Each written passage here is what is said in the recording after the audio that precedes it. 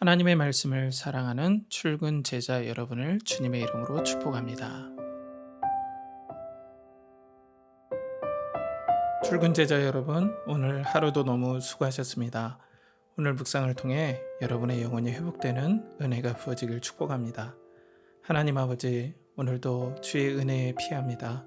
말씀으로 부어주시고 은혜로 싸매주시고 회복시켜 주시옵소서. 예수님의 이름으로 기도하옵나이다. 아멘. 오늘 본문은 마가복음 1장 21절에서 22절까지 말씀입니다. 그들이 가버나움에 들어가니라. 예수께서 곧 안식일에 회당에 들어가 가르치심에 뭇사람이 그의 교훈에 놀라니 이는 그가 가르치시는 것이 권위 있는 자와 같고 서기관들과 같지 아니함일러라.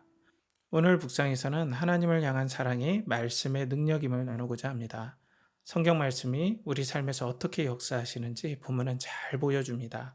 특히 출근 제자 여러분의 삶에는 더욱 말씀의 능력이 요구되고 있습니다. 왜냐하면 사회 구조가 독특해졌기 때문입니다. 먼저 너무 빨리 변하고 있습니다. 이때 정보를 빨리 해석하고 대응해야 합니다. 신앙도 동일하죠.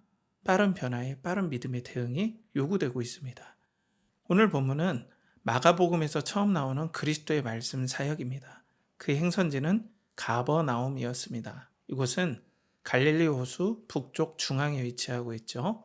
이곳의 회당에서 안식일에 제자들과 찾아가셨습니다. 유대인들은 안식일에 회당에 모여 말씀을 나누는 전통이 있었습니다. 그리스도께서 그 규례를 따라 성경을 해석하셨습니다. 이때 사람들은 그리스도의 말씀을 듣고 깜짝 놀랍니다. 왜 놀랐을까요? 너무 비범했기 때문입니다. 그리스도께서 가르치시는 것이 권위 있는 자와 같았습니다. 서기관들과 같지 않았죠. 말씀에 큰 능력이 느껴졌기 때문입니다. 이런 역사가 교회사에서도 나타납니다. 영국의 존 버년 목사님은 설교 사역에 엄청난 은혜를 경험하였습니다. 그분은 구멍난 냄비를 수선하는 땜장이셨습니다. 한국과는 거리가 멀죠. 이분의 설교가 얼마나 큰 능력이 나타났는지 당시의 최고의 석학인 존 오웬 목사님도 몰래 와서 설교를 듣곤 하였습니다. 그 정도로 존 버년 목사님의 설교는 권위와 비범함이 있었습니다. 그 비밀은 그리스도를 향한 뜨거운 사랑과 순종이었습니다. 그럼 본문의 그리스도의 말씀의 능력이 어디에서 나왔는지 우리는 어느 정도 짐작할 수 있겠죠. 당연히 하나님이신 신성에서 나왔을 것입니다. 하지만 이렇게 묵상하면 우리에게 적용하기가 힘듭니다. 어떻게 우리가 하나님을 따라갈 수 있겠습니까? 그런데 그리스도는 이 땅과 영원히 진짜 사람으로 오셨고 그리고 계십니다. 공생의 기간에도 참 사람으로 철저하게 성령님의 인도하심을 받으셨습니다. 성령께서는 성경의 저자이시죠. 그 권위를 의지하고 성경을 해석하셨습니다. 게다가 그리스도는 율법을 완전하게 순종하신 분이셨습니다. 그 순종의 비밀은 아버지 하나님을 향한 사랑이었습니다.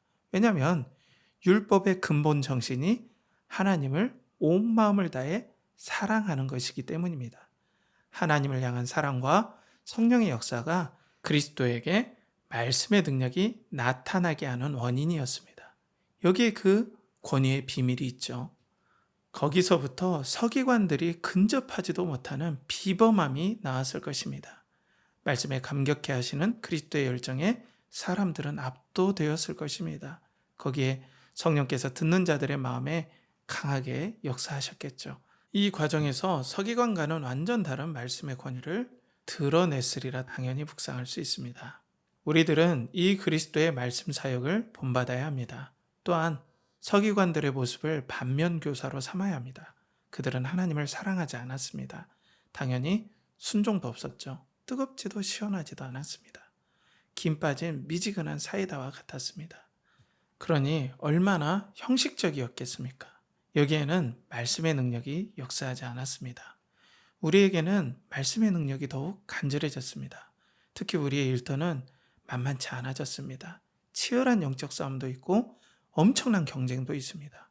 이것을 감당할 만한 말씀의 은혜가 우리에게 있어야 되겠죠.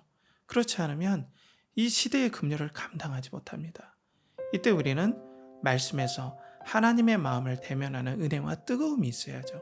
마치 로뎀나무 아래에서 천사를 통해 힘을 얻었던 엘리야와 같은 은혜의 경험들, 말씀의 경험들이 있어야 합니다. 열왕기상 19장 7절에 여호와의 천사가 또다시 와서 어루만지며 이르되 일어나 먹으라. 내가 갈 길을 다 가지 못할까 하노라 하는지라. 물론 천사가 하는 말이니 얼마나 은혜가 되고 실감이 나겠습니까? 하지만 우리는 성령께서 마음에 내주에 계십니다. 어찌 성령님과 천사가 비교가 될 수 있겠습니까?